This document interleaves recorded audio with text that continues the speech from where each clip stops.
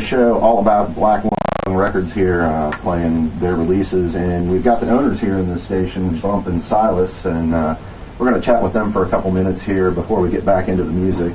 So how long have you guys had the label running? Started in the fall of '95. So how long that is? About 12 years. Yeah, 13 years. Coming up on 13. So that M80 CD came out in '93 under a different name, Reed Recordings, and then we changed it to Black Lung a couple years later, or whatever. And what inspired you guys to start the label? Basically, the M80 thing was just the love of that band, and our good buddy Big Bobby. We wanted to put it out, and then the whole Black Lung thing was strictly we loved 45s and wanted to put out records, man. And Big Bobby and the Nightcaps was our good buddy and killer, awesome band. The M80s were breaking up, and the other band members were going on with the name, so we wanted to get a jump on them before they could do anything with those songs and release them themselves. So it's kind of just to stick it to them or whatever. It didn't work out along that. Hey, that's rock and roll for you right there. Rob, Big Bobby and his brother Whit, who sadly passed a year or so ago, were the original dudes that wrote all the music for the M80s, and then the drummer and the singer, which the singer, good guys, whatever, but they were going on with other people, but it sucked. So we wanted to make sure that the cool M80s stuff was known to have been done by Rob and Whit. All right, so that's a little history there. And up next, we've got actually a new song by a band called the Moneychangers, and Portland, Oregon. They're from Portland, Oregon, right? Yeah, and what's made you guys decide to do a band outside of the Virginia area? Well, actually, there is still a Virginia connection. The lead guitar player and singer for this band's named Mark Death grew up in Richmond, so he's a buddy of ours. He was in another band called the Halfways we did a record for, and he put out 2 singles of the Moneychangers himself, which were awesome, we thought, and we just wanted to be involved with them. And all right, well, there you have it. That's trying to be a I'm sure we're doing Wrong speed. That's all right. That's classic Black Lung stuff, crap. What determines whether you get We'll just say that was the little hole? Just what we felt like. I mean, I like the little hole better. I mean, the big hole better. But I like the way it looks better than fence painting. That's because you always got to find the donuts. Yeah. You got me on cue for. Yeah, that one's just the first song. Yeah, I think the big holes do look cooler. Yeah, much cooler. Yeah, we don't have little holes like on EPs or whatever. No, actually just singles. Okay. Yep. Yeah, and that was part of it. So it's like traditionally old style records would have a small hole in the EP, so that's the reason we did it on the EP. You wanted to follow that with Pearl Schwartz, and that was Sweet 17. Interesting side note, a lot of people involved in that Pearl Schwartz, there you go, album. You guys want to mention some names here? Yeah, Pearl Schwartz had Steve Bays, famous for his work with the Devil Dogs, the Vikings, one of the baddest rock and roll bass players in the world, undoubtedly. Ronnie Yoshiko from the 5-6-7-8s, Ono Ching from the Jet Boys, and Cracker played drums from Guitar Wolf. All the other 3 people besides Stevie are all hail from the land of the rising sun, and it was recorded in Japan by Fink of Teen Jenner fame. So it's a true rock and roll all-star thing. That is a little bit. Certainly, I think the biggest band you've ever released anything by. Yeah, when we did it, they had only played like a couple shows, so they weren't big yet. But Blaine, the guitar player, was a 9-Pound Hammer, one of my favorite bands before that, and we happened to meet him at a show in North Carolina. He was a real cool guy and gave us this tape and let us do these songs, and worked out real well. And it's definitely been our biggest, or one of our only sellers, but definitely the biggest, that's for sure.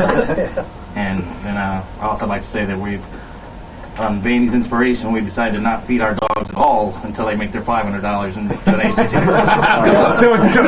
Don't even go. Coming up next, we've got 7-inch by the Hillbilly Werewolf. I think we're going to be playing Monkey Beat City, and we have the Hillbilly Werewolf here in the studio.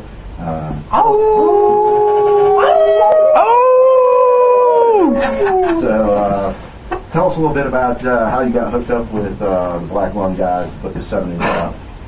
Well, I think I first met these guys a long time ago, like probably '95 or something. And I was in a band then called the Phantom Creeps. We played with Big Bobby and the Nightcaps in Norfolk, Virginia. and I met them there. And then I met them again later on down the line. I was roadieing for Nashville P. And we just became friends, and I've been doing the Hillbilly Werewolf gimmick for a long time, and didn't want to do it on any other label except Black Lung, and I'm proud to be part of it. And there's a lot of great Virginia rock and roll that is out there that you should go out and see and support, because we bring these bands in for you to hear, and you know, we do it for the love of music. So pledge money. My hair. All you people money. out there in Radio Land, I want you to know I look good. The record was recorded on a full moon on Halloween in a graveyard. All right, everybody. We've got an important announcement about the Horehounds. That was the song "Stalker," and a little news to give you. Update about the Horehounds and where they are now. All right, Josh Riley, who was the bass player and singer on that particular track, is currently serving time at the Lemon Creek Correctional Facility in the great state of Alaska. He was so brilliant that he robbed the same drugstore 3 times to beat his drug habit, and he got busted on the 3rd time. So the 3rd time is not the charm when it comes to robbing drugstores, I guess. And that Anyway, once again, he's from Norfolk, Virginia. That just says how great Norfolk, Virginia rock and rollers really are. All right. Stay in school, folks. Still is. We're actually going to start off this next set with a M80 song, and a couple words about it, a couple things to note, and a couple shouts to some friends of ours that have passed. Yeah, I just wanted to say Black Jesus was in that last set, and our good buddy Chris Corbett played bass on that, and also plays bass on this M80 song coming up. Chris unfortunately passed into the great beyond a year or so ago. Also, Black Jesus has lost Barry Johnson and Lee Reams, who played drums, and the M80's original guitar player, Whit Draws, unfortunately also has passed away. It's not good to be a rock and roller down in Norfolk, Virginia. It's dangerous business. But anyway, they made killer music while they were kicking, and their friends and us will keep on making killer stuff as long as we can keep on trucking. All right, and we're going to start off the next set with a Big Bobby and the Nightcap song, "God Closed My Mind." And in the studio, as promised, we got Big Bobby right here. The man, the legend, that's right. So, I guess, Bobby, you were in the M80s way back, and then now you've got the Nightcaps going on. Yep. And how did, tell us a little bit about this 7-inch we're getting ready to play here. We recorded this probably 95, 96 in a friend of mine's living room, Country Club, Carlisle. He recorded this record for, like it says on the back, half a barbecued chicken and a 6-pack of something cheap and short. The pledge on. Yeah, the story I was going to tell was just our buddy Chris Corbett, who is now dead, but played in Black Jesus, the M80s, the Apostles, was in drug rehab a few years back, and his roommate in rehab was the one and only wicked Wilson Pickett, and he was unaware of this for the first week that he was roommates with him. He just knew he was an old black man named Wilson, and he heard the nurses talking in the hallway one day about, "Yeah, that's the man that sang In the Midnight Hour," and he was like, "What are you talking about?" And they're like, "Your roommate, Wilson Pickett," and he's like, "Oh my God, Wilson fucking Pickett's my roommate." So anyhow, long story short, he said he ended up asking Wilson, "Well, what's your drug of choice? You know, what's your problem?" And Wilson's like, "Well, I like cocaine, I like heroin, I like alcohol, I like gambling, and I like pussy." So he was addicted to every vice you could possibly be addicted to.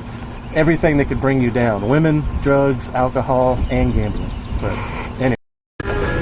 All right, Bumper. Alright, so originally with the Spider Babies we were just going to do a 7-inch, but then the bass player at the time, this guy named Jesse, calls us up and he's like, "Well, why don't we just do a whole LP?" And we're like, "Well, we don't have enough money to do all that." And he's like, "Well, just give us $200, that's all we need to record the whole fucking record." So we're like, "Alright." So we give them $200 and they recorded one of the best records ever. And it was, they send us the tape in the mail. Silas and I have never heard any of this recording. They send it to me, throw it in, you know, it's don't give a fuck about you, all this shit. Next thing you know, Rock and Roll Fag Bash is on, Girl to Abuse. I was like, man, I loved it. But I was like, Get Hip was going to pay to press this shit. So I was like, there's no fucking way Get Hip is going to pay to put this record out for us, you know, because it's just the most offensive thing you've ever seen or heard in your entire fucking life. And then the name of the record is Undressed to Kill, cum shots on the cover and stuff, and that was the only Those guys are ready. only thing that they Yeah, that they made us change was there was a big dick on the cover shooting out a lot of jizz on some chick's tits, and they made Silas cover up the dick, so we put a black line across the cock, but you can still see the jizz shot. like that's any better.